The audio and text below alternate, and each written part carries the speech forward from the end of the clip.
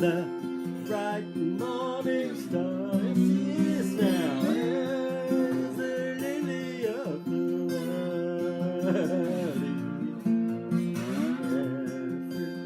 Everybody ought to know, everybody ought to know, everybody ought to know, everybody ought to know who Jesus is. Everybody ought to know, everybody ought to know, everybody ought to know who Jesus is. Everybody ought to know, everybody ought to know, everybody ought to know who Jesus is. All the Muslims ought to know, all the Muslims ought to know, all the Muslims ought to know who Jesus is. Yeah, he's the fairest of 10,000. He's the bright morning star. He's the lily of the valley. Everybody ought to know, everybody ought to know, everybody ought to know, everybody ought to know who Jesus is. All the Hindus ought to know, all the Hindus ought to know, all the Hindus ought to know who Jesus is.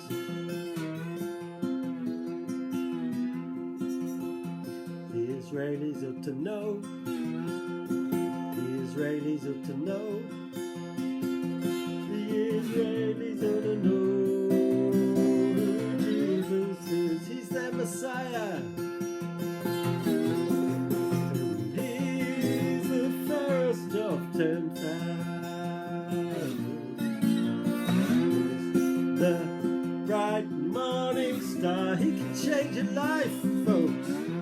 He's the lily of the valley. Everybody ought to know, everybody ought to know,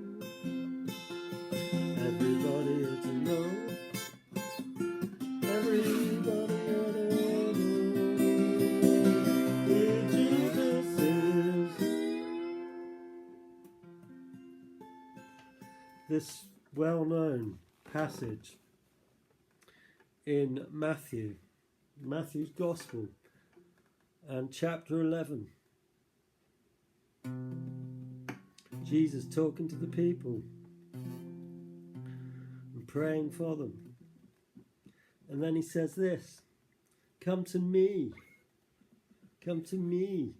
all you who labour and are heavy laden, and I will give you rest. Take my yoke upon you and learn from me, for I am gentle and lowly in heart, and you will find rest for your souls. For my yoke is easy, and my burden is light. Isn't that beautiful today? If you're weighed down with cares, with work, Jesus offers rest. Will you accept that rest? Will you come into the rest which he offers? Will I? Will I just keep on hammering my head against a brick wall? Jesus doesn't want that. He wants people to know his peace. His peace.